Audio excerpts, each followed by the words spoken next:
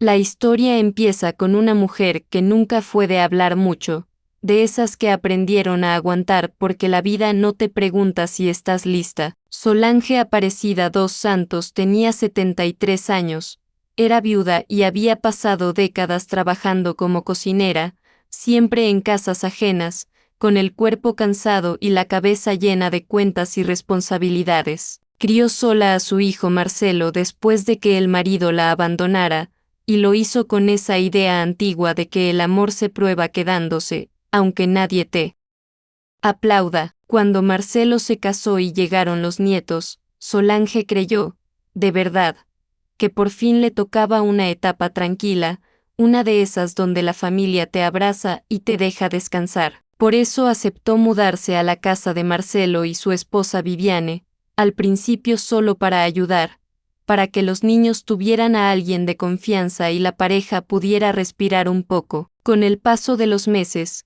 la casa empezó a sentirse distinta, como si el aire se volviera más pesado sin que nadie dijera nada.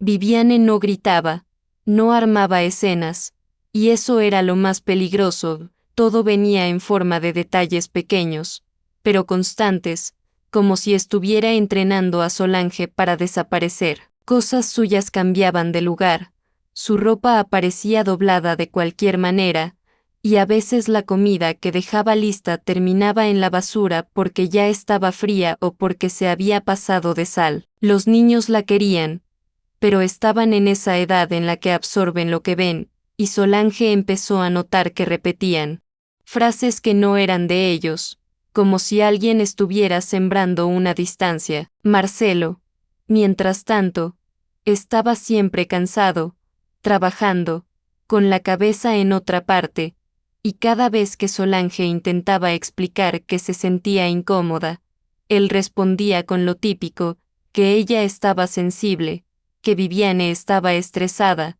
que era mejor no buscar problemas, y así, sin una explosión, Solange empezó a entender que había dejado de ser ayuda y se había convertido en un estorbo. Solange pasó a ocupar menos espacio dentro de la casa sin que nadie se lo pidiera explícitamente. Empezó a levantarse más temprano para no cruzarse con Viviane, a comer rápido y en silencio, a quedarse horas en su cuarto con la televisión apagada. Nadie la echó, pero todo a su alrededor parecía diseñado para que se sintiera fuera de lugar. Viviane comenzó a hacer comentarios sobre su memoria, siempre con una sonrisa educada, como si fuera preocupación genuina. Decía delante de terceros que Solange se confundía con facilidad, que repetía historias, que a veces parecía desorientada. No eran acusaciones directas, eran insinuaciones constantes,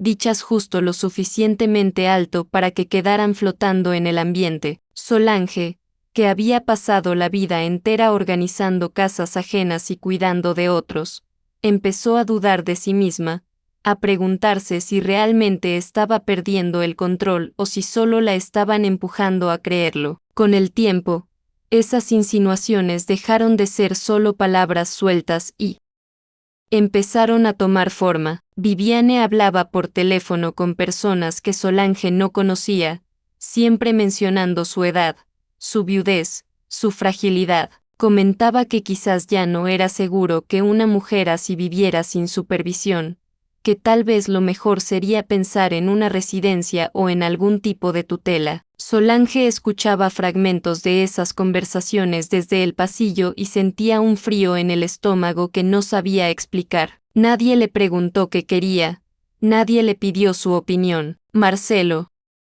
seguía ausente emocionalmente, confiando ciegamente en la versión de su esposa y repitiendo que todo era por el bien de todos. En ese punto, Solange ya no se sentía una madre ni una abuela dentro de esa casa, sino un problema que alguien estaba intentando resolver en silencio, paso a paso, como si su vida pudiera ser archivada sin hacer ruido. Solange pasó a ocupar menos espacio dentro de la casa sin que nadie se lo pidiera explícitamente. Empezó a levantarse más temprano para no cruzarse con Viviane, a comer rápido y en silencio, a quedarse horas en su cuarto con la televisión apagada. Nadie la echó, pero todo a su alrededor parecía diseñado para que se sintiera fuera de lugar. Viviane comenzó a hacer comentarios sobre su memoria, siempre con una sonrisa educada, como si fuera preocupación genuina. Decía delante de terceros que Solange se confundía con facilidad, que repetía historias, que a veces parecía desorientada. No eran acusaciones directas, eran insinuaciones constantes, dichas justo lo suficientemente alto para que quedaran flotando en el ambiente. Solange, que había pasado la vida entera organizando casas ajenas y cuidando de otros, empezó a dudar de sí misma, a preguntarse si realmente estaba perdiendo el control o si solo la estaban empujando a creerlo. Con el tiempo, esas insinuaciones dejaron de ser solo palabras sueltas y empezaron a tomar forma. Viviane hablaba por teléfono con personas que Solange no conocía, siempre mencionando su edad, su viudez, su fragilidad. Comentaba que quizás ya no era seguro que una mujer así viviera sin supervisión, que tal vez lo mejor sería pensar en una residencia o en algún tipo de tutela. Solange escuchaba fragmentos de esas conversaciones desde el pasillo y sentía un frío en el estómago que no sabía explicar. Nadie le preguntó qué quería, nadie le pidió su opinión. Marcelo seguía ausente emocionalmente, confiando ciegamente en la versión de su esposa y repitiendo que todo era por el bien de todos. En ese punto, Solange ya no se sentía una madre ni una abuela dentro de esa casa, sino un problema que alguien estaba intentando resolver en silencio, paso a paso, como si su vida pudiera ser archivada sin hacer ruido. Solange empezó a prestar atención a cosas que antes ignoraba, no por desconfianza, sino por pura supervivencia. Notó que Viviane guardaba papeles en una carpeta azul que siempre llevaba consigo, documentos que Solange nunca había visto antes. En una ocasión, mientras limpiaba la mesa, alcanzó a leer su nombre en una hoja, junto a palabras como evaluación, condición y acompañamiento médico. No entendió todo,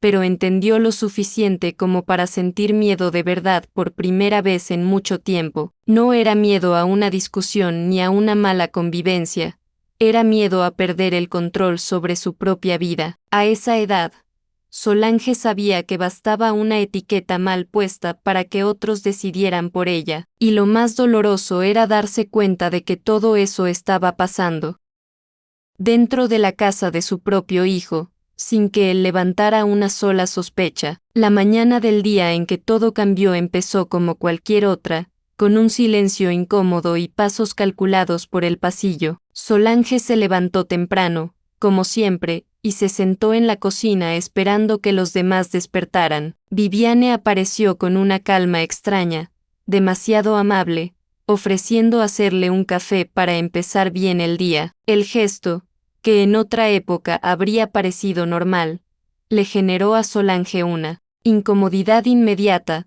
una sensación difícil de explicar, como cuando el cuerpo percibe algo antes que la cabeza. El olor del café no era el habitual, tenía un fondo raro, metálico, que no combinaba con la marca que usaban. Solange no dijo nada, no preguntó, no mostró desconfianza, solo observó. Viviane dejó la taza sobre la mesa con una sonrisa ensayada y se sentó a su lado, como si estuviera esperando algo. En ese instante, Solange entendió que no se trataba de sacarla de la casa ni de quitarle la autonomía poco a poco. Entendió que alguien había decidido acelerar el proceso. Solange no reaccionó por impulso, y eso fue lo que le salvó la vida. En lugar de confrontar o levantarse, se quedó quieta, observando cómo Viviane hablaba de cosas triviales, del clima, de los niños, de la rutina del día. La taza humeaba frente a ella, intacta, y cada segundo que pasaba hacía que la incomodidad creciera. En un momento, Viviane se levantó para atender una llamada y dejó la cocina por unos instantes. Fue entonces cuando Solange, con un movimiento lento y casi imperceptible, intercambió las tazas. No fue un acto dramático ni calculado con frialdad. Fue puro instinto, ese que se forma después de una vida entera siendo subestimada. Se quedó sentada, con las manos apoyadas sobre la mesa, esperando. Cuando Viviane volvió, tomó la taza sin mirar y bebió un sorbo largo, confiada, como quien cree tener todo bajo control. Lo que ocurrió después no fue inmediato, pero fue claro. Minutos más tarde, Viviane empezó a sentirse mal, primero mareada, luego descompuesta, con sudor frío y dificultad para mantenerse en pie. El caos se instaló en la casa de golpe, con gritos, llamadas de emergencia y los niños asustados. En medio de esa confusión, la madre de Viviane, que había llegado temprano ese día, terminó bebiendo del resto del café mientras intentaba ayudarla, y fue ella quien sufrió la peor parte, una intoxicación grave que requirió atención médica urgente. Nadie entendía qué había pasado, nadie unía las piezas. Solange, en cambio, lo entendió todo. Sentada en silencio, con el corazón acelerado pero la mente sorprendentemente clara, supo que había estado a minutos de desaparecer sin que nadie lo llamara por su nombre, y en ese mismo instante, algo dentro de ella cambió para siempre. A partir de ese momento, Solange dejó de verse como una anciana confundida y empezó a mirarse como alguien que había sobrevivido a algo muy serio. No hubo lágrimas ni escenas, solo una lucidez nueva que se le instaló en el cuerpo. Mientras los médicos atendían la emergencia y la casa quedaba patas arriba, ella pensaba en cuántas personas mayores pasan por cosas parecidas sin darse cuenta. Tal vez por eso decidió contar esto después, porque si alguien que está leyendo llegó hasta acá, quizá no sea casualidad. A veces basta con reconocer una señal, una incomodidad que no se puede explicar, para evitar algo peor. Solange entendió que su experiencia no era aislada y que compartirla podía servirle a otros, incluso a quienes creen que todavía no es para tanto. Después de ese día, Solange no volvió a ser la misma, pero no en el sentido frágil que Viviane había intentado construir. Sin decir nada, empezó a anotar fechas, comentarios, actitudes, pequeños detalles que antes habría dejado pasar. Buscó un médico por su cuenta y se hizo evaluar, no para probar nada a nadie, sino para recuperar la seguridad en sí misma. Consultó a un abogado usando un dinero que había guardado durante años, sin contárselo a su hijo, sin hacer ruido. No quería venganza ni escándalo, solo protección. Viviane, en cambio, empezó a mostrarse inquieta, vigilante, como si intuyera que algo se le estaba escapando de las manos. El miedo, que durante meses había vivido del lado de Solange, empezó a cambiar de lugar, lentamente, sin que nadie más lo notara. Solange observaba ese cambio con una calma que ni ella misma reconocía. Viviane ya no hablaba con la misma soltura, evitaba quedarse a solas con ella y había dejado de hacer comentarios sobre su salud o su memoria. La carpeta azul seguía existiendo, pero ahora estaba siempre guardada, como si quemara. Marcelo seguía sin entender del todo lo que pasaba, pero empezó a notar tensiones que antes no estaban. Solange no lo enfrentó ni le contó nada. Sabía que hacerlo en ese momento solo serviría para desatar una guerra que no quería pelear. Su decisión era otra: salir de esa casa con dignidad y con todo preparado, sin dar margen a que la volvieran a poner en duda. Cada paso que daba estaba pensado para protegerse, no para destruir a nadie. En paralelo, empezó a reorganizar su vida en silencio. Revisó documentos antiguos, recordó ahorros pequeños que había ido juntando a lo largo de los años. Habló con una asistente social recomendada por el abogado. Descubrió que aún tenía más recursos de los que creía, no solo económicos, sino mentales. La mujer que había criado sola a un hijo y había trabajado toda la vida seguía ahí, solo. Había estado dormida. Viviane, mientras tanto, cometía errores por ansiedad, hablaba de más con personas equivocadas, se contradicía, dejaba ver un control excesivo sobre todo. Solange lo veía todo, sin intervenir, como quien espera el momento justo para levantarse de la mesa, porque a esa altura ya tenía claro algo que nunca había entendido antes: sobrevivir no siempre significa quedarse y aguantar, a veces significa irse a tiempo. Cuando Solange decidió que era momento de irse, no lo anunció como una despedida ni como una denuncia, lo pensó como un cierre limpio. Preparó una mochila pequeña, separó documentos, guardó recetas médicas y dejó todo listo para no depender de nadie. En ese punto, escribir o leer relatos de otros le habría ayudado mucho, y por eso deja esto aquí. Si alguien llegó hasta esta parte, quizá conozca a una persona mayor viviendo algo parecido, o quizá lo esté viviendo ahora mismo. Compartir estas historias, decir desde donde se está leyendo, no es morbo. A veces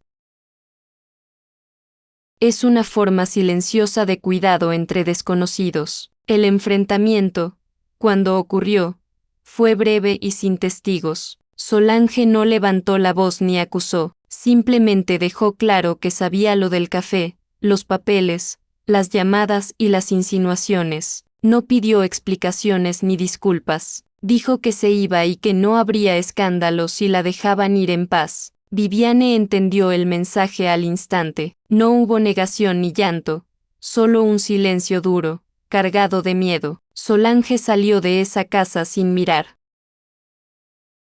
atrás, con el cuerpo cansado pero la cabeza erguida. Días después, sin la sogra como excusa, Viviane empezó a mostrar su verdadero carácter, se distanció de los hijos, discutió con Marcelo y finalmente se fue. El matrimonio se rompió solo. Con el tiempo, Marcelo entendió demasiado tarde lo que no quiso ver, y Solange reconstruyó su vida lejos de esa casa, demostrando que ganar no siempre es quedarse, a veces es seguir viviendo. Con el paso de las semanas, la ausencia de Solange empezó a notarse de una forma que nadie había previsto. La casa quedó más silenciosa, no por paz, sino por vacío. Los niños preguntaban por ella, por sus comidas simples, por su manera de escuchar sin apurar, por esa presencia constante que nunca exigía nada a cambio. Marcelo empezó a reconstruir mentalmente escenas del pasado reciente y a notar detalles que antes había ignorado por comodidad. Recordó comentarios, miradas, silencios incómodos, y entendió que su madre había estado soportando mucho más de lo que él quiso ver. No fue un proceso rápido ni fácil, pero fue real. La culpa llegó tarde, como suele pasar, y con ella una necesidad honesta de reparar, aunque supiera que no todo tenía arreglo. Solange, por su parte, se instaló en un pequeño departamento alquilado con ayuda de una amiga antigua, de esas que la vida te devuelve cuando más las necesitas. Volvió a cocinar para sí misma, a elegir sus horarios, a caminar sin dar explicaciones. Recuperó rutinas que había perdido sin darse cuenta y, sobre todo, recuperó la certeza de que su cabeza y su cuerpo seguían respondiendo. No buscó castigo para nadie ni quiso venganza. Eligió algo mucho más difícil: vivir sin miedo. A los 73 años, entendió que no era tarde para poner límites, para salir de un lugar que hacía daño y para dejar de ocupar el rol de estorbo que otros le habían asignado. No ganó con gritos ni denuncias públicas, ganó sobreviviendo, manteniéndose en pie y demostrando, en silencio, que todavía tenía una vida por delante. Solange no contó su historia de inmediato. Durante un tiempo, necesitó silencio para ordenar todo lo que había pasado, para entender cómo una vida entera de sacrificios podía haberla llevado a ese punto. A veces, sentada sola en la cocina de su nuevo departamento, repasaba mentalmente ese día una y otra vez, no por obsesión, sino porque su cuerpo todavía reaccionaba como si el peligro siguiera cerca. El olor del café, incluso meses después, le generaba una incomodidad difícil de explicar. No era miedo puro, era memoria, y con esa memoria vino también una claridad que nunca había tenido antes. Nadie tiene derecho a decidir cuando una persona deja de ser útil, ni cuando su vida vale menos por la edad que tiene. Con el tiempo, Solange empezó a notar algo que no esperaba. Otras personas mayores se le acercaban, amigas de amigas, vecinas, conocidas de toda la vida para contarle situaciones parecidas, hijos que decidían por ellas, nueras o yernos que hablaban en su nombre, médicos a los que nunca habían ido pero que ya las diagnosticaban desde afuera. Solange escuchaba sin interrumpir, como siempre había hecho, pero ahora ya no desde la resignación, sino desde el entendimiento profundo. Se dio cuenta de que el silencio, ese que había cargado como una virtud durante décadas, también había sido usado en su contra, y esa toma de conciencia, aunque tardía, fue una de las cosas más duras y más liberadoras que vivió. A medida que pasaban los meses, la relación entre Solange y Marcelo empezó a recomponerse con mucho cuidado, sin promesas grandes ni palabras exageradas. Él la visitaba de a poco, al principio torpe, sin saber bien qué decir, cargando una culpa que no podía borrar. Solange no le reprochó nada en voz alta, pero tampoco lo absolvió de inmediato. Necesitaba ver hechos, no disculpas. Marcelo empezó a hacerse presente de verdad, a escuchar sin justificar, a aceptar que había fallado como hijo al no ver lo que pasaba delante de sus ojos. Fue un proceso lento, lleno de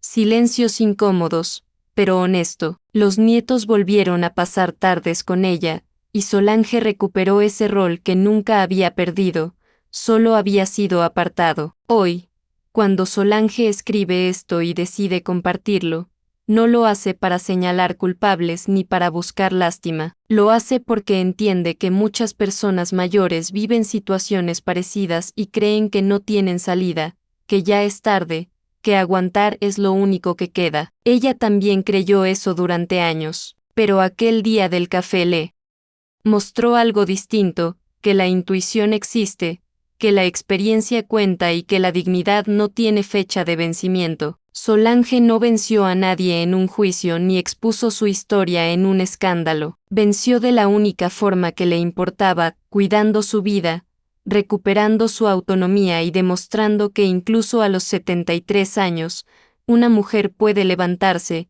irse y empezar de nuevo sin pedir permiso. Solange todavía carga con marcas invisibles de todo lo que vivió, y no intenta esconderlas. Hay días en los que se despierta sobresaltada, otros en los que se pregunta cómo no vio antes ciertas señales, pero ya no se culpa como antes. Entendió que fue criada para aguantar, no para sospechar, y que muchas mujeres de su generación aprendieron a normalizar el maltrato silencioso dentro de la familia. Hoy habla con más firmeza, incluso cuando la voz le tiembla. No vuelve a quedarse callada si algo la incomoda. Aprendió que el respeto no se negocia y que la edad no te vuelve menos persona, solo te vuelve más consciente de lo que no estás dispuesta a tolerar. Cuando mira hacia atrás, Solange no se define por el intento de eliminación ni por la traición, sino por lo que hizo después. Eligió vivir, eligió no desaparecer, eligió no cargar con una culpa que no le pertenecía. Su historia no tiene un final espectacular ni aplausos, pero tiene algo mucho más real, continuidad. Sigue viendo a sus nietos, sigue cocinando para quien quiere, sigue tomando su café, ahora preparado por ella misma, con tranquilidad, y cada mañana que abre los ojos, confirma algo que le costó 73 años aprender: sobrevivir también es una forma de victoria.